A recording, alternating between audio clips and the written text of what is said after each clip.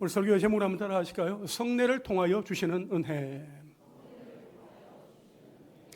오늘은 우리가 전거인 출석 주일로 지키고자 한 날입니다. 교회 전체를 이렇게 둘러보면 오늘 예배하는 자리에 나오신 분들 계셔서 또 그동안 뵙지 못한 분들 얼굴 볼 수 있어서 너무 반갑고 좋습니다. 옆 사람과 한번 인사하실까요? 오셨군요. 여러분, 우리는 세상으로부터 부름을 받은 거룩한 하나님의 사람들, 거룩한 모임 속에 속해 있는 사람들입니다. 교회라고 하죠. 에클레시아. 에클레시아는 에크와 칼레오로 나뉘어집니다. 에크는 밖으로, 칼레오는 부르다 이런 것입니다. 세상 속에서 살아가는 우리 한 사람 한 사람을 구별되게 다르게 살아가게 하시려고 하나님께서 우리 한 사람 한 사람 불러서 교회라는 공동체에 모여서 하나님을 예배케 하여 주셨습니다. 그 사실을 생각할 때 얼마나 감사하고 놀라운 은혜인지요. 하나님은 우리가 함께 모이기를 원하세요.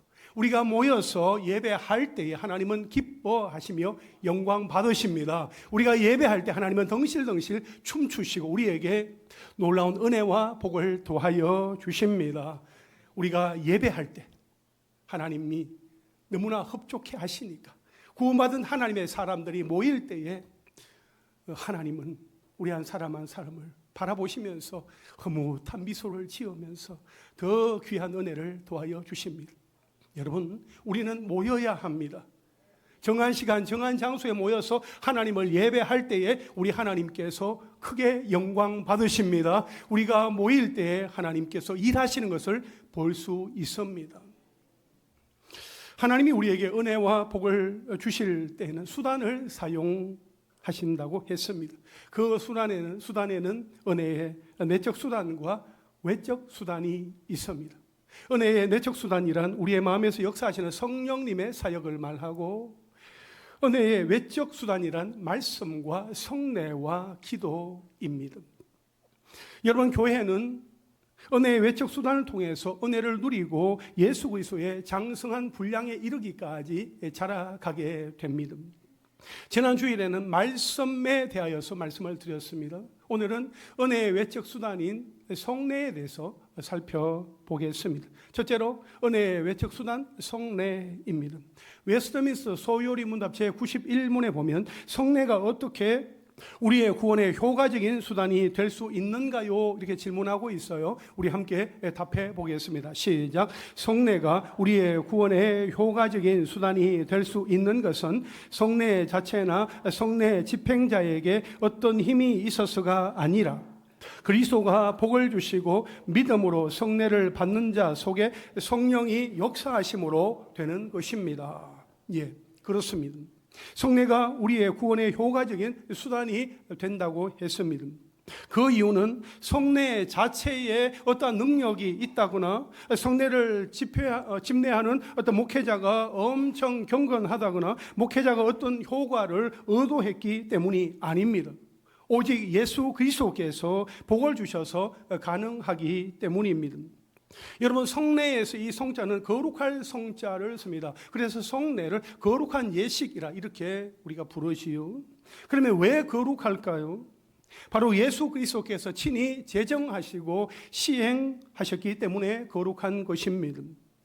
성례가 인간들이 만든 다른 의식과 차이가 있는 점이 이것입니다. 사람이 만든 것은 무엇이든지 거룩한 것이 아닙니다. 누군가가 이것을 이제부터 거룩하자 하자, 이제 이것을 지금부터 거룩하다 하자 라고 해서 거룩해지는 것이 아닙니다. 사람이 만든 것을 거룩하다고 하기 시작하면 아주 복잡해집니다. 교회 건물이 다른 상가 건물보다 더 거룩하다고 보거나 이 강단이나 찬양대석이 여러분이 앉아 계시는 일반 회중석보다 더 거룩하다고 보거나 목회자가 가운을 입고 강단에 서야 더 권위가 있어 보이고 거룩하다고 보거나 강대상이 있는 곳에는 신발을 벗고 올라가야 된다고 하는 것들을 마치 성례가 거룩한 것과 같은 이유로 연결지어서 생각해서는 안 된다 하는 것입니다. 예를 들어서 강대상에서 신발을 벗는 것은 실용적인 차원입니다. 깨끗이 아주 정돈된 필요가 있기 때문에 그런 것입니다. 이 자리가 특별히 거룩해서가 아닙니다. 마찬가지로 교회의 절기들도 그렇습니다. 부활절, 추수감사절, 성탄절 이런 날들이 마치 다른 날보다 더 거룩한 날인 것처럼 오해하고 심지어 평소 주일보다 이런 날이 더욱 특별하고 거룩한 것처럼 생각하는데 그것은 잘못된 것입니다. 물론 나름대로 뜻깊은 날이라고 할 수야 있겠지만 평일보다 더 거룩한 의미를 부여해서는 안 됩니다. 인간이 만든 것이기 때문입니다. 하물며 주일과 비교해서는 안 됩니다. 그런 생각이 바로 미신입니다. 또 성례 외에 결혼이나 장례 등도 아주 교회에 관련된 중요한 일이지만 물론 소중하고 주의 깊게 다루어야 할 일이지만 이것을 교회가 성례 차원에서 의미를 부여해서는 안 된다 하는 것입니다. 성례는 세례와 성찬 두 가지뿐입니다. 나머지 것은 없습니다. 왜냐하면 성경을 아무리 찾아봐도 예수 그리스도께서 친히 세우신 것은 세례와 성찬 이 두 가지뿐이기 때문입니다. 거룩함의 권위가 오직 그리스도부터만 나온다는 것이 성례를 판가름하는 핵심 원리입니다. 둘째로 신약의 성례, 세례와 성찬입니다. 조금 전에도 언급을 했습니다마는 성례는 세례와 성찬을 말하며 예수님이 세우신 거룩한 예식입니다. 세례는 예수 그리스도를 믿고 고백하는 자에게 주어지며 성찬은 그리스도의 죽으심을 나타냅니다. 구약에서 하나님은 은혜의 언약을 베푸셨습니다. 나는 너희의 하나님이 되고 너희는 내 백성이 되리라 하신 언약입니다. 이것은 우리의 형편이나 처지가 어떻든지 간에 하나님은 항상 우리와 함께 하신다는 선언이자 은혜의 약속입니다.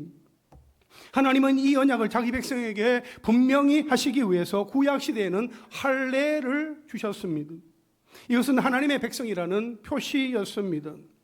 신약에서 하나님의 백성의 표시는 예수 그리스도께서 제정하셨습니다. 먼저는 세례입니다.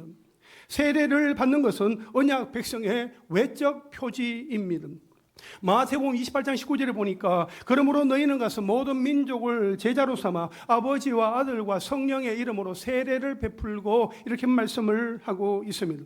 예수님이 성천하시기 전에 제자들에게 너희는 가서 모든 민족으로 제자를 삼고 아버지와 아들과 성령의 이름으로 세례를 베풀어라 그렇게 친히 명령하셨습니다.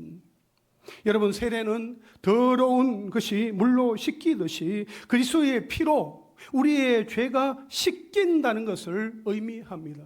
세자가 씻을 세자입니다. 그리고 우리가 새로이 태어난 존재임을 확실하게 느끼게 해줍니다.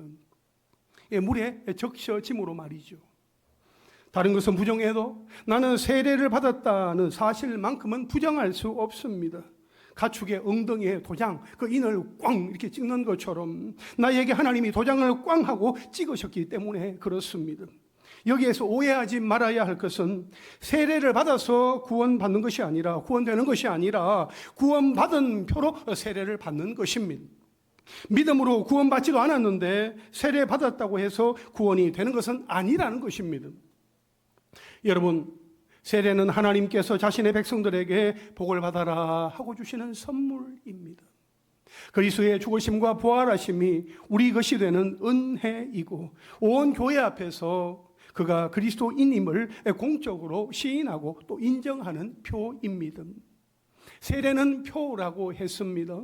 세례를 베푸는 사람이나 세례 자체에 효력이 있어서 그 사람이 구원을 받는 것이 아니라 예수 그리스도께서 그 예식을 정하셨기 때문이라는 거죠. 여러분, 오해하지 말아야 합니다. 어떤 사람은 이런 말을 하기도 합니다. 중학생 때 세례를 받았지만 어려서인지 아무 느낌이 없었어요. 군대에서 진중 세례식에서 세례를 받았지만 너무 얼떨결에 받아서 아쉬움이 있어요. 제가 존경하는 목사님께 세례를 다시 받아도 될까요? 여러분, 대충 받았던 세례인 것처럼 생각되더라도 너무 걱정할 필요는 없습니다. 세례가 효과적이 되는 것은 세례를 누가 집례했느냐가 아니고 세례 자체가 중요한 것이 아니라 오직 주님이 복을 주심으로 인하여서 세례가 세례되기 때문인 것입니다. 세례는 평생 딱 한 번 받지만 한 번 받고 끝나는 것이 아닙니다. 이게 무슨 말인가 하면 세례 받은 것을 늘 기억하고 세례를 통해 하나님께서 내게 베푸신 은혜를 기억하고 날마다 삶 속에서 다시 예수 그리스도를 바라보는 의미도 있는 것입니다. 이처럼 세례를 제정하신 예수님은 또한 성찬도 제정하셨습니다. 오늘 본문 23절에 보니까 내가 너희에게 전한 것은 누구께 받은 것이라고요? 주께 받은 것이니 이렇게 말씀을 하고 있습니다. 사도 바울은 내가 너희에게 전한 것은 주께 받은 것이니 예수님께로부터 받은 것이라고 분명하게 언급을 하면서 성찬도 예수님이 제정하시고 시행하신 것임을 아주 분명히 하고 있습니다. 여러분, 성례의 또 하나인 이 성찬은 세례와 마찬가지로 예수 그리스도께서 제정하셨고 떡과 포도주를 주고받음으로써 그리스도의 죽으신 모습을 떠올리게 하는 것입니다. 그리고 이것에 참여하는 것은 연합, 교제를 의미합니다. 어떤 사람은 이렇게 말할 수도 있을 것입니다. 저는 세례를 받지 않았는데 어떤 교회에 갔더니 성찬식 떡과 포도주를 먹게 해줬어요. 그런데 이 교회에서는 세례 받은 사람만 먹으라고 하네요. 죄인이라는 생각에 성찬식에서 떡과 포도주를 받기엔 마음이 편치 않아요. 여러분, 성찬식에 참여하게 될 우리 모두는 우리 자신을 잘 돌아보아야 합니다. 주의할 점은 이것을 먹고 배부르려 한다거나 맛을 느끼려 해서는 안 됩니다. 그리고 영적인 의미를 알지 못하고 그냥 먹는 것도 안 됩니다. 성찬에 참여하는 사람은 그리스도의 은혜 안에서 자라갑니다. 그렇습니다. 그리스도의 몸과 피는 성찬 때 떡과 포도주에 육체적으로나 어떤 물질적으로 존재하지 않고 받는 자들의 그 마음에 영적으로 존재합니다. 마찬가지로 성찬에 참여하는 자들은 그리스도의 몸과 피를 육체적으로나 물질적으로가 아니라 영적인 방식으로 먹고 마십니다. 그렇습니다. 우리는 성찬을 거행할 때 그리스도께서 영적으로 임재하신다고 고백을 합니다. 떡과 포도주가 실제로 그리스도의 몸이 되는 것이 아니지만 그렇다고 아무런 유익 없이 그저 기념으로 하는 것도 아닙니다. 성찬은 우리에게 실제로 그리스도의 유익을 주는 은혜의 수단이자 그리스도께서 정하신 거룩한 규례입니다. 사실 눈에 보이는 것에 치우치기 쉬운 우리는 성찬을 거행할 때 그 떡과 포도주에 너무 큰 관심을 두는 경우가 있습니다. 그래서 떡과 포도주가 예수님의 고난당하신 몸을 상징한다는 데서 더 나아가 그 떡과 포도주에 무슨 신비한 약효나 힘이 들어있을 것이라고 상상하게 됩니다. 그렇게 떡과 포도주 자체에 어떤 효험이 있다고 보는 생각이 발전해서 화채설까지 나오게 되는 거죠. 여러분, 이 화채설은 말이죠, 참으로 말이 안 되는 것입니다. 로마 가톨릭에서는 미사를 집례할 때에 이 떡을 주교가 손으로 먹여줍니다. 왜냐하면 이 떡과 포도주가 실제로 그리스도의 육체가 된다고 생각하므로 행여나 이것을 바닥에 떨어뜨리면 혹시 쥐가 지나다니면서 먹게 되거나 어쨌든 불경건하게 다루어질 수 있기 때문에 그것을 예방한다는 거죠. 그 결과 가톨릭은 취급이 간편한 아주 얇은 전병 같은 것으로 떡을 대신하는데 이 잘못된 의도가 만들어낸 웃지 못할 결과이기도 합니다. 잘못된 지식은 필연적으로 미신으로 흐를 수밖에 없습니다. 그 외에 잘못된 주장들이 또 있습니다. 공제설이 있습니다. 루터파가 주장한 것으로 떡과 포도주에 그리스도가 함께 계신다 하는 주장으로 이 역시 잘못된 생각입니다. 또한 기념설이 있습니다. 성찬은 단순히 그리스도의 죽으심을 기념하는 것일 뿐이라는 종교개혁자 저빙글리의 주장으로 이것은 성만찬의 의미를 너무 축소시킨 잘못된 생각입니다. 마지막으로 우리가 지지하는 주장은 영적 임재설입니다. 우리가 성찬을 시행할 때 예수님의 몸이 성령 하나님의 역사를 통해 영적으로 임하신다 하는 그런 주장으로 칼빈을 비롯한 대부분의 종교개혁자들의 주장입니다. 성만찬에 참여하는 자들의 믿음에 영적으로 그리스도의 몸과 피가 존재하기에 우리가 실제로는 떡과 잔, 떡과 포도주를 대하면서 마시지만 영적으로는 성령을 통해 그리스도의 몸과 피를 마시는 것이다 라는 의미입니다. 여러분, 세례와 성찬은 예수님이 직접 제정하시고 시행하신 거룩한 예식입니다. 이 두 예식은 예수님의 재림 때까지 지상에 있는 교회들이 반드시 지켜야 할 중요한 예식입니다.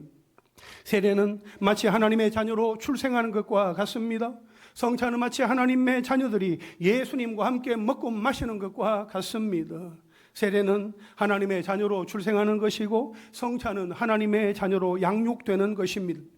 출생은 한 번뿐이지만 식사는 매일매일 반복하는 것처럼 세례식은 일생 동안 단 한 번 하지만 성찬식은 매주 또는 정한 시기에 반복해서 하는 예식입니다.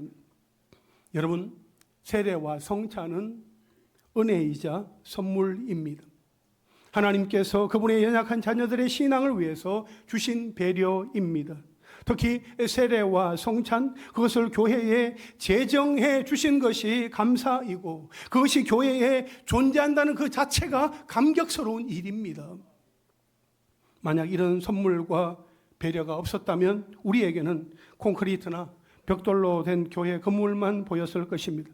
교회에 다니지만 지극히 세상적인 인간 무리들의 실망스러운 모습만 보였을 것입니다. 주일 예배에 빠진 성도들의 빈자리만 보였을 것입니다. 사사건건 기회만 주면 어김없이 죄에 빠져드는 나의 육신의 역겨운 모습만 보였을 것입니다. 외로움과 방황, 어둠과 절망, 부정과 비관, 낙심과 좌절 속에서 점점 신앙을 잃어갔을 것입니다. 온 세상에 믿을 수 있는 것은 아무것도 보이지 않았을 것입니다. 그런 수준에 불과한 우리에게 세례 교인이 되게 하시고 주님의 식탁으로 초대하여 함께 먹을 수 있는 자로 인정해 주셨으니 그래서 우리는 안심할 수 있는 것이고 더욱 감사할 수 있는 것입니다. 마지막 셋째로 교회와 성찬의 은혜입니다. 오늘 고린도전서 11장 23절부터 26절까지의 말씀을 한 번만 더 읽도록 하겠습니다. 시작. 내가 너희에게 전한 것은 주께 받은 것이니 곧 주 예수께서 잡히시던 밤에 떡을 가지사 축사하시고 떼어 이르시되 이것은 너희를 위하는 내 몸이니 이것을 행하여 나를 기념하라 하시고 식후에 또한 그와 같이 잔을 가지시고 이르시되 이 잔은 내 피로 세운 새 언약이니 이것을 행하여 마실 때마다 나를 기념하라 하셨으니 너희가 이 떡을 먹으며 이 잔을 마실 때마다 주의 죽으심을 그가 오실 때까지 전하는 것이니라. 아멘. 여러분, 여기에 보면 성찬에 대하여 크게 두 개의 핵심 단어가 나옵니다. 그것은 바로 기념하라 그리고 전하라는 겁니다.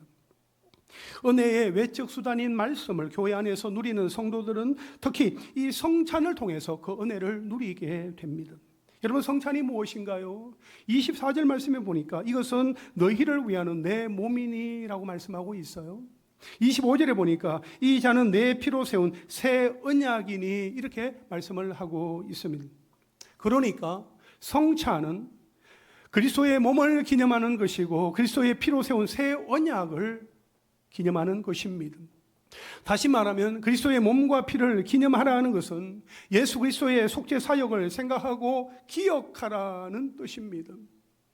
또한 성찬이 무엇인가 하면 26절에 주의 죽으심을 그가 오실 때까지 전하는 것이니라 이렇게 말씀하고 있어요. 그러니까 성찬은 예수 그리스도의 죽으심을 예수님이 재림하실 때까지, 우리 주님 다시 오실 때까지 전하는 것입니다. 예수님의 몸과 피를 먹고 마시는 행위를 통해서 몸을 찢으시고 피를 쏟으신 예수 그리스도의 그 속죄 사역을 기억하고 그 속죄 사역의 진리를 전하는 것이 성찬의 모체입니다. 여러분, 오늘 본문은 말이죠, 우리 예수님이 무리들에게 잡히시기 전날 밤에 친히 제정하시고 베푸신 첫 번째 성찬식에 대한 이 바울의 회상입니다. 물론 바울이 이것을 회상한 것은 고린도 교회 성도들에게 성찬의 그 참된 의미를 가르치기 위함이었습니다. 당시 고린도 교회는 매 주일 밤에 모여서 예찬과 성찬을 나누었습니다. 그러나 그들 가운데는 사랑이 없었습니다. 그들은 다른 형제와 자매를 배려할 줄 몰랐습니다. 서로 나뉘어 다투고 비방하며 소송하고 무분별한 자유를 사용함으로 지체들을 실족하게 했습니다. 더욱이 그들은 성찬을 행할 때도 부자와 가난한 자가 나뉘었습니다. 초대교회 당시에는 교회에서 공동 식사, 곧 예찬을 나누고 마지막에 성찬을 행하였습니다.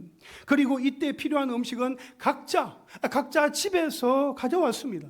하지만 가난한 성도와 노예 출신의 그 성도들은 집에서 음식을 가져올 수가 없었습니다. 그래서 부자 성도들이 가져온 그 음식을 함께 나누어 먹어야 했습니다. 그런데 고린도 교회에서는 이런 모습을 볼 수가 없었습니다. 즉 고린도 교회의 부자 성도들은 많은 음식을 가져와서 가난한 성도들과 나누지 아니하고 그들 자기들끼리 먼저 먹고 마셨던 것입니다. 그래서 부자 성도들은 배부르게 먹고 취하였으며 가난한 성도들은 굶주려야 했습니다. 한쪽에서는 술에 취한 소리가 들려오고 또 다른 한쪽에서는 원망 소리가 들려왔습니다. 그러니 예배와 성찬이 은혜로울 리가 없습니다. 여러분, 성찬은 예수님의 죽으심을 기념하는 의식입니다. 무가치한 죄인들을 구원하시기 위해서 흠도 죄도 없으신 예수님이 십자가에서 피 흘리사 몸을 지키신 사실을 기념하는 의식입니다. 우리를 위해 자신을 내어주신 예수님의 구속사역을 기념하는 의식입니다. 예수님과 연합하고 성도가 성도로 더불어 하나로 연합함을 상징하는 의식입니다. 그러니 성찬을 하면서도 서로 하나 되지 못하고 나뉘어 다투고 비방하며 공동체를 어지럽게 했으니 얼마나 이 어리석고 무지한 일입니까? 여러분, 성찬에 참여한다는 것은 단순히 예수님의 구속사역을 기억하고 기념하는 것만이 아니라 예수님처럼 다른 사람을 위해 자기를 철저히 희생하겠다는 다짐과 결단의 표시이기도 합니다. 그것은 성찬으로 말미암아 우리가 예수님의 몸과 피에 참여함으로 하나가 되기 때문입니다. 그러므로 성찬에 참여하는 성도는 철저히 자기의 희생을 다짐하고 결단해야 합니다. 여러분, 우리 교회는 매주가 아니라 1년에 3번 정한 절기에 성찬식을 합니다. 여러분은 이 성찬 예식에 어떤 마음과 자세로 참여해 오셨습니까? 과연 철저한 자기 부인과 자기 희생, 자기 겸손과 자기 다짐을 하고 참여하셨습니까? 또 삶 속에서 다른 사람을 위해 자기 고집과 자기 주장, 자기 생각과 자기 의견을 다 내려놓고 참여해 오셨습니까? 우리 마음은 그렇게 하겠다고, 주님 제가 그렇게 하겠습니다, 내 생각, 내 고집, 내 주장, 내 경험 다 내려놓고 성찬에 참여하겠습니다, 그렇게 다짐하고 번번이 결단하지만 그것을 지키지 못할 때가 더 많은 것 같습니다. 우리는 어김없이 성찬에 참여하고 있지만 자기를 철저히 버리지는 못하고 있습니다. 교회 안에서는 여전히 미움과 다툼, 시기와 질투, 원망과 불평이 있다면 어떻게 되겠습니까? 예를 들어 목장 예배를 드린다니까, 전도회 모임을 한다니까, 음식 준비를 한다니까 봉사하려고 나왔어요.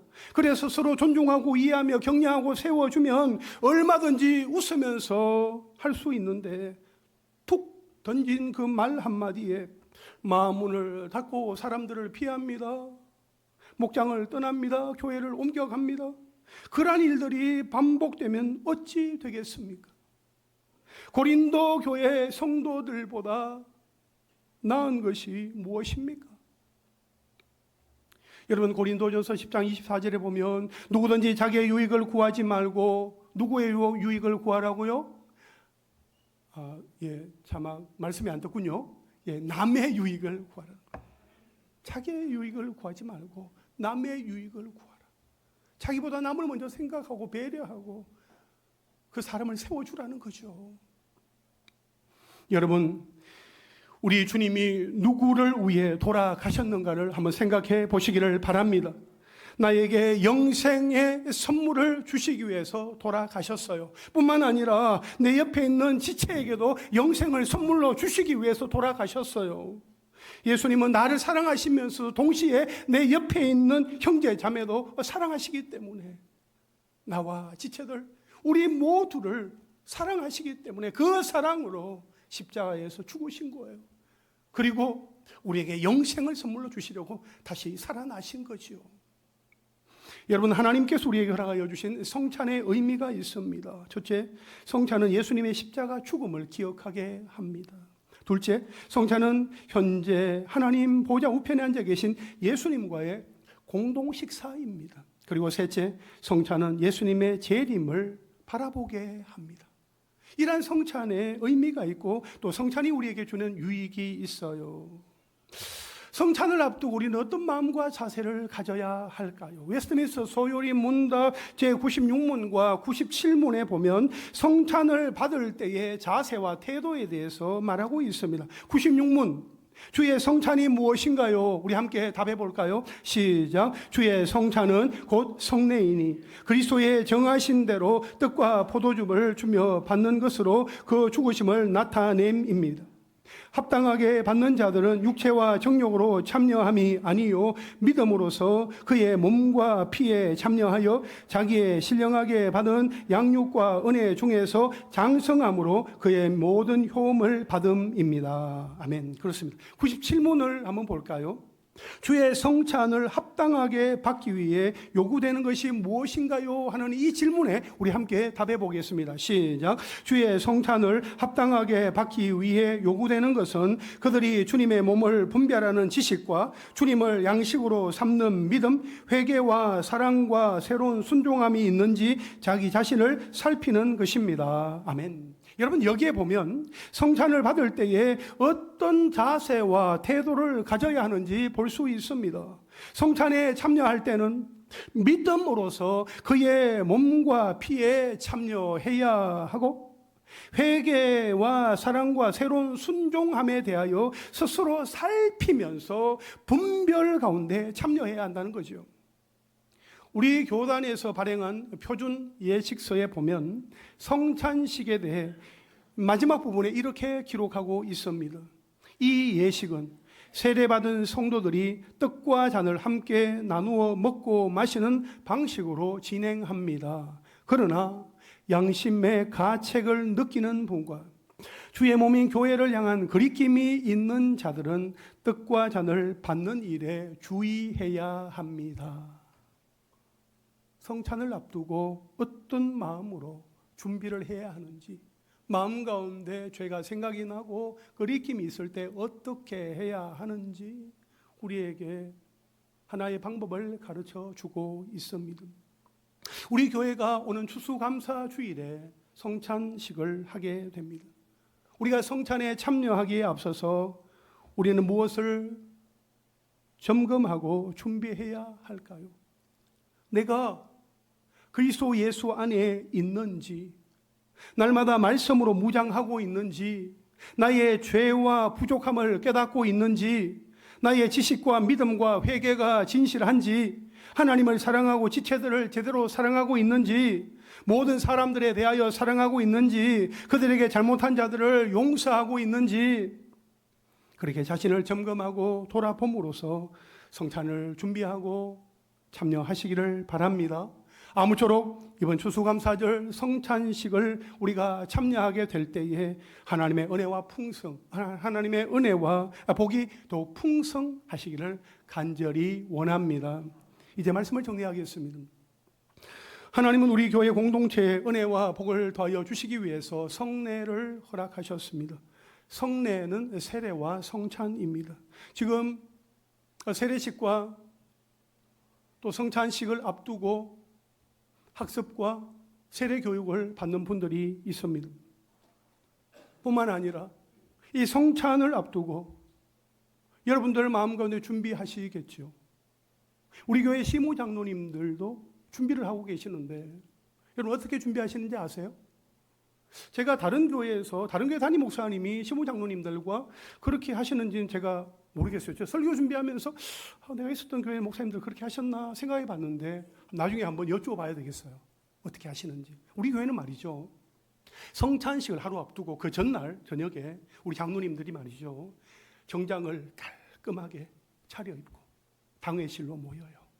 떡을 담을 그릇을 준비하고 포도주를 담을 포도즙이에요. 담을 그 잔을 준비하고 기다려요. 이렇게 다 모이면 목사님 기도해 주세요. 기도합니다. 하나님이 성찬식을 준비할 때 장로님들에게 하나님께서 은혜를 더하여 주시고 우리 장로님들이 한 사람 한 사람을 수종 들 때에 그 주님 주시는 은혜가 장로님들을 통하여서 그 은혜가 흘러가게 하여 주십시오. 은혜를 거치르는 걸림돌이 아니라 성도들이 장로님들을 통하여서 하나님 앞에 더 가까이 나아가게 하는 은혜의 디딤돌들이 되게 하여 주십시오. 그런 마음으로 기도한 이후에 이제 성찬을 준비하시는 거예요. 장갑을 끼고 떡을 분배하고 그 작은 잔에 기도하는 마음으로 작은 잔에 포도즙을 담으세요.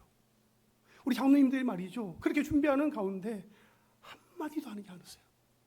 조용히 기도하는 마음으로 침묵한 가운데 이 성도들이 받게 될 성찬의 잔이니까 농담하면서 웃으면서 이런저런 이야기하면서 준비할 수 있는 것 아니잖아요. 정말 진중하게 하나님께서 우리의 성찬식 가운데 우리 각 사람 가운데 영적으로 임재하여 주셔서 우리 모두가 충만한 은혜 가운데 거하게 하여 주십시오. 그런 마음으로 준비하는 그런 모습들 갖고 계세요. 아시는 분들도 계시지만 아마 모르시는 분들도 많으셨을 겁니다. 성찬식을 앞두고 우리 장로님들 이렇게 준비하세요.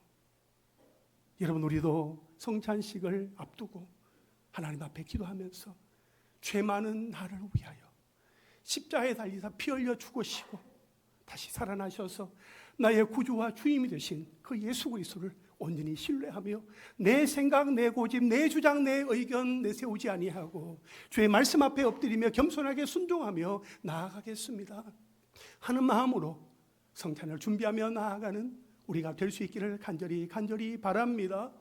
여러분, 하나님은 정말 우리를 사랑하세요. 우리 한 사람 한 사람에게 그때마다 하나님께서 은혜를 더하여 주시는데, 여러분, 제가 지난 한 주간 말이죠, 인천 계산교회에 가서 국제 전도 폭발 훈련, 그러니까 한국 지도자 임상 훈련, 거기에 제가 다녀왔는데, 사실 제가 전도 폭발 훈련 받으러 가기 전에는 몰랐어요. 우리 김원주 전사님 우리 교회에서 사역할 때, 목사님 전도 폭발 훈련 한번 꼭 다녀오세요. 너무 좋습니다. 저는 그때 그 소리가요, 그냥 그렇게 제 마음까지 깊이 들려오지는 않았습니다. 전사님이 다녀오고 우리 권사님들, 집사님들 다녀와서 이렇게 전도하면서 하면 되지요 라는 생각이었는데, 이번에 가서 제가 훈련에 참여하면서 그때를 생각해 봤을 때에, 그때 김원주 전사님의 그 말 한마디가 하나님께서 그 전도 현장으로 저를 부르고자 하시는 하나님의 음성, 하나님의 콜링이었다는 사실을 저는 이제야 깨닫게 되었던 거죠. 너무 무지몽매하고 우둔하여서 그것을 알지 못했던 거예요. 여러분, 제가 전도 폭발 훈련 다녀왔습니다. 여러분, 긴장하십시오. 그러나 너무 긴장하지 마시고 기대도 하십시오. 제가 전도 폭발 훈련 다녀왔으니까 다녀온 김 목사, 안 다녀오신 여러분, 이렇게 편가르게 하려는 의도는 전혀 없습니다. 편을 갈라서도 안 되고, 다만 정말 우리가 하나님께서 우리에게 허락하여 주신 이 인생의 날을 살아가는 동안에 내 속에 복음이 살아있느냐, 복음이 선명하게 새겨져 있느냐, 그 복음으로 말미암아 내가 주님 앞에 날마다 때마다 더 가까이 나아가고 있느냐, 날마다 점검하는 시간이 우리에게 필요한 것입니다.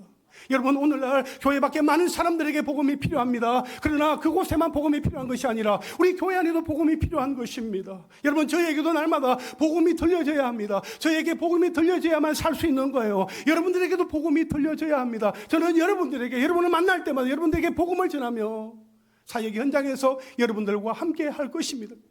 아니, 그것도 모르냐고, 구원의 확신도 없냐고, 그렇게 여러분들 이렇게 나무라거나 그렇게 하지는 않을 겁니다. 핀잔을 주는 일이 절대로 없을 겁니다. 여러분, 한 사람 한 사람에게 정말 하나님이 여러분을 얼마나 사랑하시는지, 정말 우리를 사랑하셔서 하나님이 어떠한 일을 행하셨는지 여러분들에게 그렇게 복음을 전하면서 여러분 한 사람이 정말 주님과 함께 날마다 믿음으로 동행하며 살아갈 수 있도록, 날마다 은혜의 삶을 살아갈 수 있도록 저는 여러분들 한 사람을 돕고 세우며 섬길 것입니다. 여러분, 하나님께서 행하실 일을 기억하십시오. 제가 이런 여러 가지 생각과 마음과 기대를 가지고 있다 할지라도 하나님의 성령께서 저를 세우지 아니하시고 사용하지 아니하시면 할 수가 없는 거죠. 넘어질 수밖에 없는 거죠. 그러나 하나님의 성령께서 저를 붙들어 주실 때에 여러분들과 함께 더욱더 하나님께서 원하시고 기뻐하시는 그런 삶을 살아가게 될 줄로 믿습니다. 담대하게 그리고 거침없이 복음을 전하는 그 현장에 여러분들과 함께 할 수 있게 되기를 간절히 원합니다. 우리에게 날마다 때마다 은혜를 더하여 주시는 하나님을 더욱더 신뢰하며 믿음으로 나아가는 우리가 되어지기를 원합니다. 하나님은 말이죠, 우리가 함께 모이기를 원하십니다. 함께 모여서 예배하기를 원하십니다. 예배 가운데 주시는 설교를 통하여 주시는 그 은혜를 받아 누리며 살아가기를 원하시고, 성례, 세례와 성찬을 통하여서 우리가 그 은혜 속에 살아가기를 원하십니다. 그 은혜를 받아 누리며 그 은혜를 많은 사람들에게 흐르게 하는 일에 귀하게 쓰임을 받으며 살아가는 저와 여러분 우리 모두가 될 수 있기를 주님의 이름으로 축원합니다.